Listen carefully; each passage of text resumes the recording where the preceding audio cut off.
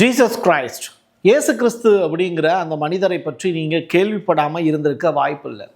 மனிதர்களும் தெய்வமாகலாம், கடவுளாகலாம் அப்படிங்கிற வார்த்தைக்கு இணங்க இன்னைக்கு உலக மக்களில் பாதிக்கு மேலே இவரை தான் தன்னுடைய இறைவனாக கடவுளாக கொண்டாடிக்கிட்டு இருக்காங்க. பட் இவரை பற்றிய சில சீக்ரெட்ஸ் இருக்குது, கான்ட்ரவர்ஷியலான ரிப்போர்ட் இருக்குது. அதை பற்றி நம்ம தெரிஞ்சுக்கணும். அறிவை விரிவு செய்தால் மட்டும்தான் நமக்கான ஆன்மீக தேடலில் அடுத்த நிலைக்கு போக முடியும் அப்படிங்கிறது ஒரு சிறிய எண்ணப்பாடு. அந்த வகையில் நிறையா விஷயங்களை படித்து அதை மக்கள் முன்னாடி கொண்டு வந்து நிப்பாட்டியிருக்கோம். டீட்டெயில் ரிப்போர்ட்டாக தான் பேச போகிறோம். இதில் சில விஷயங்கள் உங்களுக்கு உடன்படலாம், சில விஷயங்கள் உடன்படாமல் இருக்கலாம், சிலது செவிவழி செய்திகளாக இருக்கலாம். எது உங்களுடைய புத்திக்கு பொருந்துமோ அதை நீங்கள் ஏற்றுக்கொள்ளலாம். இல்லை அப்படின்னா மேலும் படிக்கணும். வாங்க பார்க்கலாம் உறவுகளே. இது பிரசாத் சிக்னேச்சர். இயேசு கிறிஸ்து எங்கே பிறந்தார், எப்படி இறந்தார், அதற்கு பிறகு அவர் என்னவானார், 3ஆவது நாளில் உயிர் தெழுந்தார், இந்த மாதிரியான விஷயங்கள்லாம் பொதுவான விஷயங்கள். டிசம்பர் மாதம் 25 அப்படிங்கிறதே அவருடைய பிறந்த நாள் கிடையாது. பட் அது நம்ம தோராயமாக வச்சுக்கிட்ட விஷயம். அது மட்டும் கிடையாது, ஒவ்வொரு வருடமுமே ஏப்ரல் மே மாதங்களில் இந்த ஃபாஸ்டிங் இருப்பாங்க. அதுவும் ரோமில் இருந்து சொல்லக்கூடிய அட்வைஸ் அடிப்படையில் தான் இங்கே இருக்கக்கூடிய கத்திரினாள்களுக்கு கீழே இருக்கக்கூடிய பேராயர்கள் சொல்லிக் கொடுத்து கிறிஸ்தவர்களை வளர்த்து வருகிறார்கள். இப்படிப்பட்ட நிலையில் ஹெமிஸ் மடாலயம் அவங்க வெளியிட்டு இருக்கக்கூடிய ஒரு அறிவிப்பு, அதை பற்றிய விஷயங்கள் தான் நம்ம பார்க்க போகிறோம். லடாக்கில் இருக்கக்கூடிய திபெத்திய புத்த மடாலயம், அங்கேருந்து கிடைக்கக்கூடிய ரிப்போர்ட்டின் அடிப்படையில் லே நகரில் இருந்து ஒரு 35 கிலோமீட்டர் தொலைவில் தான் இது இருக்குது. இது கிட்டத்தட்ட உங்களுக்கு நல்லா புரியும், இது வந்து புத்த விகாரம் அப்படின்னு. இந்தியாவில் இந்து மத கோயில்கள் டெவலப் ஆகிறதுக்கு முன்னாடியே புத்த மத கோயில்கள் டெவலப் ஆகி இருந்ததாக ஒரு வரலாறு இருக்குது. பௌத்தம் உலகம் முழுவதும் நிரம்பி இருந்த காலகட்டம் அது, 2000 ஆண்டுகளுக்கு முன்னாடி. அப்படிப்பட்ட நேரத்தில் தான் ஜீசஸ் கிரைஸ்டும் வராரு. அவர் பெத்லஹேமில் பிறந்து அதற்கு பிறகு 12 ஆண்டுகள் அவர் அந்த ஊர்லேயே வளர்றாரு. அதற்கு பிறகு அறிவை விரிவு செய்கிறதுக்காக அவர் நாடு கடந்து பயணிக்கிறார். அப்படி திபெத்திய பீடபூமியிலையும் அவர் வாழ்ந்ததுக்கான ரெக்கார்டு இருக்கிறதா சொல்கிறாங்க. திபெத்தை தாண்டி அவர் இந்தியாவுக்கு வந்ததாகவும் வரலாறு இருக்குது.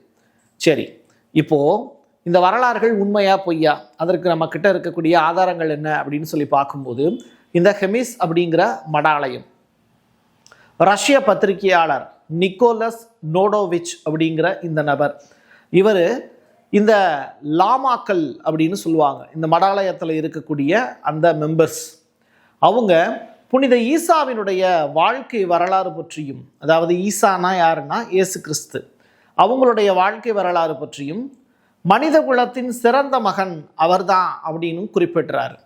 இவர் இந்த இடத்துக்கு வந்ததாக, இந்த இடம் இருக்குல்ல, இந்த இடத்துக்கு வந்து சில விஷயங்களை கற்றுக்கிட்டு போனார் அப்படிங்கிற விஷயத்தையும் இவர் தன்னுடைய ஆய்வு குறிப்புகளில் குறிப்பிட்றாரு.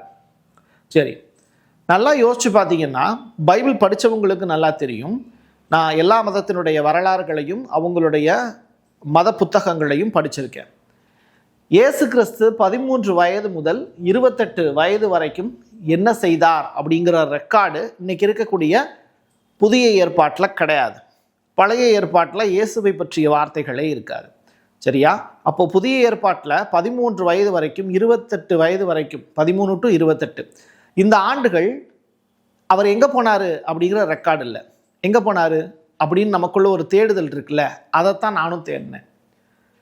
உலகம் அறிந்த உண்மை என்னன்னா, அவர் சொல்லக்கூடிய விஷயம் ஏலே ஏலே லெமா சபக்தானி அப்படிங்கிற வார்த்தை அந்த கடைசியாக வந்து உயிர் போகிற நேரத்தில் சொல்லுவார். அதே மாதிரி தண்ணி வந்து ஒருத்தன்ட்ட கேட்பார், சிலுவையில் அரைஞ்சிட்டு இருந்தப்போ தண்ணி கொடு எலே அப்படிம்பார். அது திருநெல்வேலி பக்கம் நீங்கள் இன்னமும் வந்து அந்த வார்த்தை உச்சரிக்கப்படும், எலே அப்படிம்பாங்க. ஸோ அப்போ இயேசு கிறிஸ்து இந்தியாவுக்கு வந்தாரா அப்படிங்கிற வார்த்தை இதோடு நீங்கள் பொறுத்து பார்த்தீங்கன்னா உங்களால் புரிஞ்சுக்க முடியும்.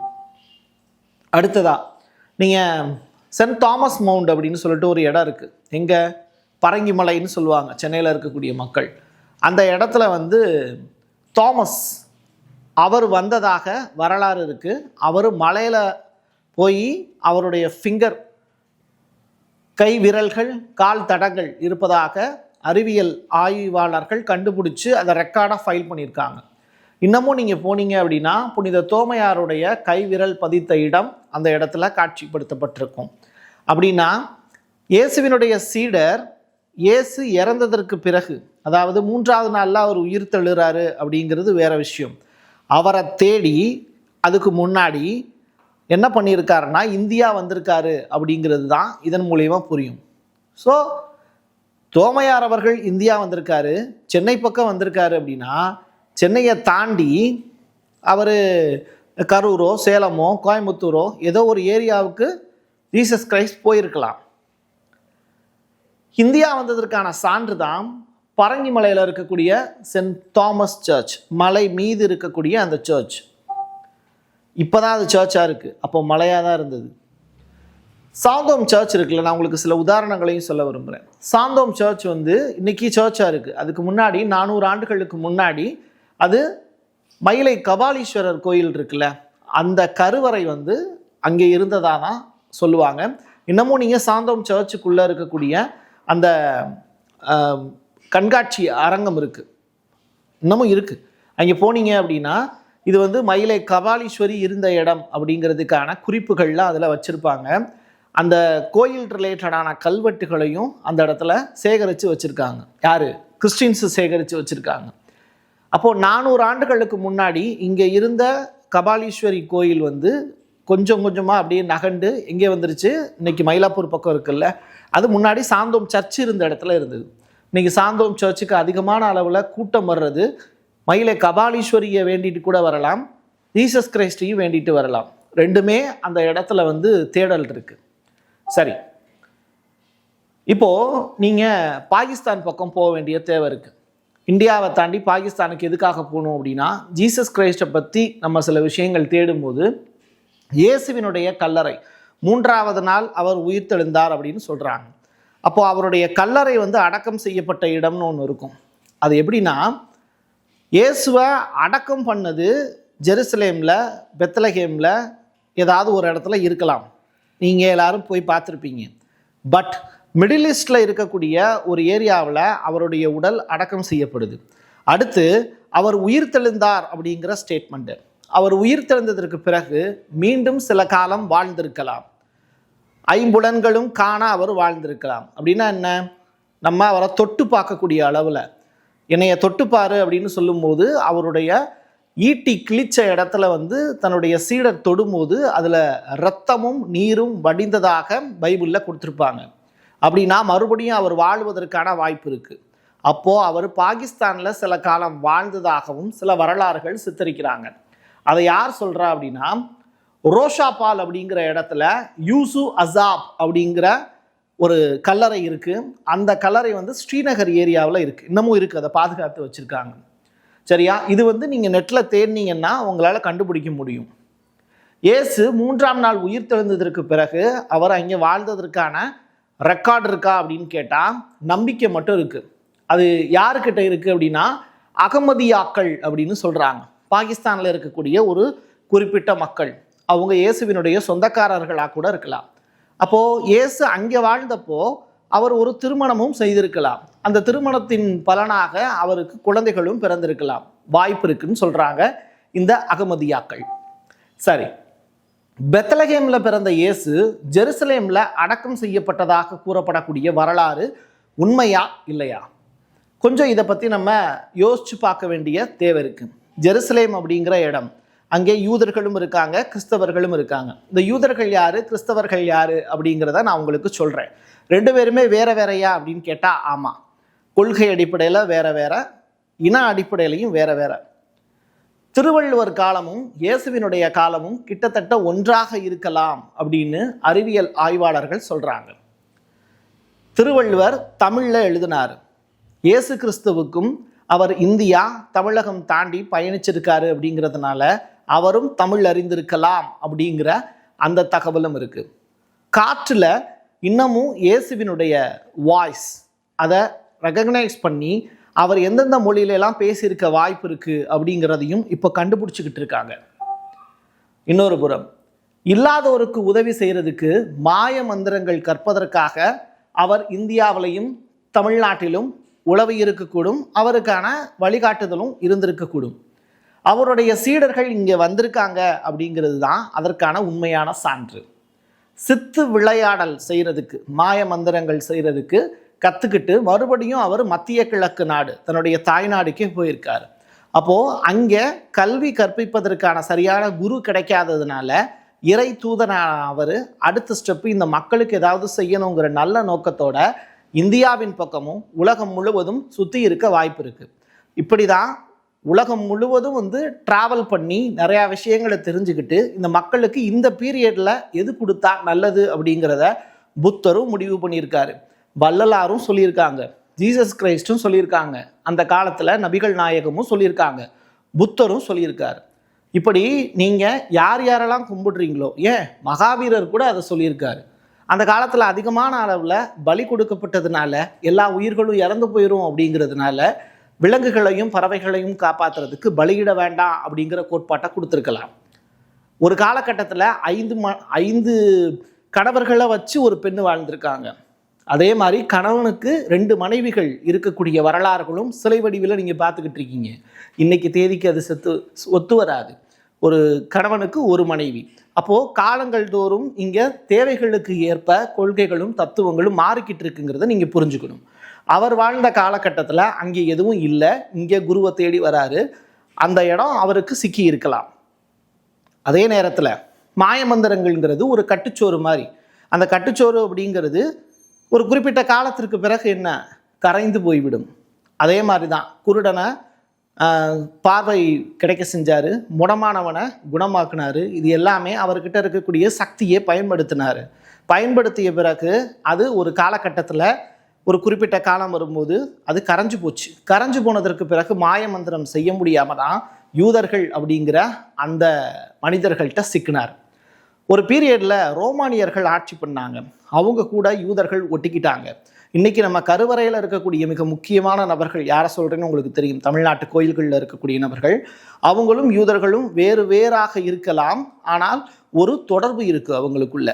ஆடு மாடு கைபர் போலன் கணவாய் வழியாக மேற்றி கொண்டு வந்தவர்கள் இங்கே கருவறையை கைப்பற்றின மாதிரி யூதர்கள் அங்கே ஒரு பெரு நிலப்பரப்பை கைப்பற்றுவதற்கு முயற்சி செய்த காலகட்டம். அப்போது ரோமானியர்கள் நான் கடவுளின் மகன் இயேசு சொன்னதுனால அப்போது நீ சிலுவையில் அறையும் போது உன்னைய நீ காப்பாற்றிக்கோ அப்படின்னு சொல்கிறாங்க. அப்போவும் அவர் என்ன சொல்கிறாரு, நான் தான் மெசியாங்கிறாரு. அந்த நேரத்தில் அவர்கிட்ட அதை கட்டிட்டு போன அந்த கட்டுச்சோறுங்கிறது கரைஞ்சு போச்சு, தான் யாருங்கிறத நிரூபிக்க முடியல. இது யூதர்களுக்கு நன்றாக தெரியும். வித்தை காட்ட முடியாமல் தோற்று போன நேரத்தில் தான் அவர் கடைசி நேரத்தில் என் இறைவா ஏன் என்னை கைவிட்டீர் அப்படிங்கிற வார்த்தையை சொல்லி சிலுவையிலேயே உயிர் துறக்கிறார். இப்படிப்பட்ட நேரத்தில் இயேசு பேசி இருக்கக்கூடிய மொழி என்ன? அங்கே அவருடைய தாய் நிலத்தில் பேசப்பட்ட மொழியாக இருக்கலாம். அதற்கு பிறகு ஊராக போய் அவர் கற்றுக்கிட்ட மொழிகள் நிறையா இருக்கலாம். ஒரு மனிதன் நிறையா மொழிகள் அறிந்திருக்கலாம். அதனால தான் இன்னமும் இங்கே நம்ம கத்தி கூப்பாடு போட்டு கேட்கும்போது ஏதோ தொலைவில் மிடில் ஈஸ்டில் சாமியாக கும்பிடக்கூடிய ஒரு நபருக்கு கேட்டு நமக்கு தேவையான அருளை கொடுக்குறாங்களோ அப்படின்னு நினைக்க தோணுது. இயேசுவுக்கு திருமணம் நடந்ததா? அவருடைய மனைவியார் டாவின்சி கோடு அப்படிங்கிற ஒரு கோடு உங்களுக்கு தெரியும், அவர் வரைந்த படமாக இருக்கலாம். அதில் கூட அவருடைய மனைவி யார் அப்படிங்கிறது ரிலேட்டடாக ஒரு தியரி ஒன்று காமிச்சிருப்பாங்க. ஆனால் அவருக்கு மனைவி இருந்ததாகவும் அதன் மூலியமாக அவருக்கு குழந்தைகள் பிறந்ததாகவும் அதை ரோமானிய அரசு இல்லை, இன்றைக்கி இருக்கக்கூடிய ரோம் வாட்டிகன் அதனுடைய தலைமையகம் தூயதாக அதை காட்டணும் அப்படிங்கிறதுக்காக மறைச்சாங்க. வெஸ்டர்ன் கல்ச்சரை பற்றி உங்களுக்கு தெரியும், எப்படினாலும் வாழலாம் அப்படிங்கிற கல்ச்சர். அன்னைக்கு இருந்த காலகட்டத்தில் எப்படி இருந்திருப்பாங்கன்னு யோசிச்சு பாருங்கள். கொஞ்சம் யோசிச்சு பார்த்தீங்கன்னா இயேசு துறவரம் பூண்டதாக வரலாறு சொல்லப்படவே இல்லை. பைபிள்லையும் பழைய ஏற்பாட்டிலையும் அதுக்கு முன்னாடி இருந்த போதகர்களும் அதுக்கு முன்னாடி இருந்த நபர்களும் பார்த்திங்கன்னா கடவுளின் மகன் அப்படின்னு தான் சொல்கிறாங்க. அப்போது கடவுளுக்கு மகன்னா கண்டிப்பாக அவங்களுக்கு மனைவி இருப்பாங்க. அப்போ அந்த இடத்துல எப்படி துறவரம் வாய்ப்பாக இருக்க முடியும்? அப்போது ரோம் அப்படிங்கிற அந்த தலைமையகம் அடுத்தடுத்து இயேசுவினுடைய வாரிசுகளை உருவாக்காமல் தலைவர்களை மட்டும் அடுத்தடுத்த ஜென்ரேஷனுக்கு உருவாக்குனாங்க. அதனால தான் திருமண பந்தம்ங்கிறது அங்கே தடை விதிக்கப்பட்டது.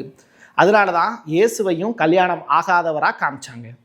சரி, ரோமில் இருக்கக்கூடிய வாட்டிகன் மறைக்கக்கூடிய ரகசியங்கள் அப்படின்னு சொல்லிட்டு ரோமில் மொத்தமாக 120க்கும் மேற்பட்ட அறைகள் வாட்டிகனில் இன்னமும் ஜீசஸ் கிரைஸ்ட் பற்றி எழுதியிருக்கக்கூடிய புத்தகங்கள் அப்படியே இருக்குது. ஜீசஸ் கிரைஸ்ட் இன் இந்தியா அப்படின்னு எழுதப்பட்ட புத்தகங்களும் நிறையா இருக்குது. அவர் காஷ்மீரில் வாழ்ந்ததுக்கான வரலாறுகளை சொல்லக்கூடிய ஆய்வாளர்களும் நிறைய எழுதி வச்சுருக்காங்க. அதெல்லாம் படித்து தொகுத்து தான் உங்களுக்கு நான் இதை சொல்கிறேன். யூதர்கள் உருவாக்கிய பிரம்மாஸ்திரமே இயேசு யார்? அவர் ஒரு பிரம்மச்சாரி அப்படிங்கிறத கட்டமைச்சாங்க. என்னை பொறுத்தளவில் இயேசு கிறிஸ்துவும் கார்ல் மார்க்ஸும் வேறு அப்படின்னு எனக்கு நினைக்க தோணலை. கார்ல் மார்க்ஸும் எல்லா பொருளும் எல்லாருக்கும் கிடைக்கணும் அப்படின்னு நினச்சாரு. அதனால தான் மூலதனம் அப்படிங்கிற புத்தகத்தை நமக்கு கொடுத்தாரு. ஸோ நீங்கள் 2 பேரையும் ஒருவராக கூட கருதலாம். தோரா, டால்மூட், இதுவே ஆபிரகாமினுடைய ஒரு கடவுட்கொள்கை. இதை ஃபாலோ பண்ணுறவங்க தான் யூதர்கள். கிறிஸ்தவர்கள் அப்படிங்கிறவங்க புதிய ஏற்பாட்டின்படி மெசியாவை பின்பற்றுபவர்கள், இயேசுவை பின்பற்றுவங்க தான் கிறிஸ்தவர்கள். அதுக்கப்புறம் அது பெந்தகோஸ்து அப்படின்னு சொல்லிட்டு வெவ்வேறு கிளைகளாக பிரிஞ்சிச்சு. இயேசுவினுடைய தாய் மரியாதை ஏற்றுக்கிட்டவங்க ரோமினுடைய வாட்டிகனுக்கு கீழே வருவாங்க. அவங்க ரோமன் கத்தோலிக் அப்படின்னு சொல்லப்படுவாங்க. பட் பெந்தகோஸ்ட் அந்த கேட்டகரி, அதற்கு பிறகு இன்னும் நிறையா கிளைகள் இருக்குது. அதுக்கெல்லாம் நம்ம பொறுப்பு கிடையாது. அவங்க மரியாதை கடவுளாக ஏற்றுக்க மாட்டாங்க. ஸோ இதுதான் அங்கே இருக்கக்கூடிய ஸ்ட்ரக்சர். அதுக்கு கம்பெனி பொறுப்பல்ல. இப்படி இயேசுவை பற்றி நாம் படித்த விஷயங்கள், அந்த காலகட்டத்திலிருந்து இந்த காலம் வரைக்கும் அதை பொருத்தி பார்க்கக்கூடிய விஷயங்கள், ஃப்யூச்சரில் இது டெவலப் ஆகி எப்படி தமிழ்நாட்டில் இது இந்து மதத்தோடு கலந்து போய் இருக்கிறது கிறிஸ்தவ மதம் அப்படிங்கிறதையும் நீங்கள் நடக்கக்கூடிய நிகழ்வுகளை வச்சு நீங்கள் பொருத்தி பார்க்கலாம். வீடுகளில் குத்துவிளக்கு ஏற்றக்கூடிய நிகழ்வுகளாக இருக்கலாம். அது மட்டுமல்ல, ஏகப்பட்ட விஷயங்கள் மொழி ரீதியாக தமிழ் மொழியிலேயே புதிய ஏற்பாடு வந்ததுனால தான் இங்கே ஜீசஸ் கிரைஸ்டை பற்றிய விஷயங்கள் பரவுச்சு. மதத்தை பரப்புவது தவறல்ல, மதமாற்ற தடை சட்டம் கொண்டு வருவது மட்டுமே தவறு என நாம் சொல்கிறோம். ஆக மொத்தத்தில் யாருனாலும் எந்த மதத்தினாலும் ஃபாலோ பண்ணலாம், அவங்களுக்கு உரிமை இருக்குது. மதத்தை பற்றிய அடிப்படை விஷயங்களை புரிஞ்சுக்கிட்டோம் அப்படின்னா அது எல்லாமே அன்பிற்கானது. அன்பு மட்டுமே அகிலத்தை ஆளும். அதற்காக தான் இப்படிப்பட்ட தலைவர்கள்லாம் உருவானாங்க. எல்லாருமே எல்லாமே கிடைக்கணும் அப்படிங்கிற நல்ல கொள்கையோடு இயேசு கிறிஸ்து அவர்களுடைய பயணமும் முடிஞ்சுது. அவருடைய வழியில் நடக்கிறவங்களும் நடக்கலாம். இன்னும் நிறையா பேர் தலைவர்கள் இருக்காங்க, அவங்களுடைய பாதையை பின்பற்றுபவர்களும் பின்பற்றலாம். என் கையெழுத்து என் மக்களுக்கானது உறவுகளே. மீண்டும் ஒரு பதிவில் சந்திக்கலாம். நன்றி, வணக்கம்.